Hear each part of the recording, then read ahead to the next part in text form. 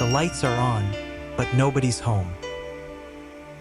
Latter-day Saints devote immense institutional focus to genealogy and temple ordinances for the dead, a commitment reflected not only in theology but in capital spending priorities.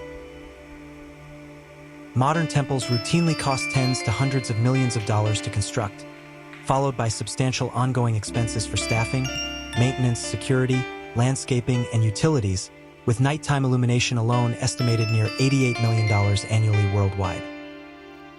These costs underscore how much financial energy is invested in preserving sacred visibility and ritual continuity rather than addressing immediate human need.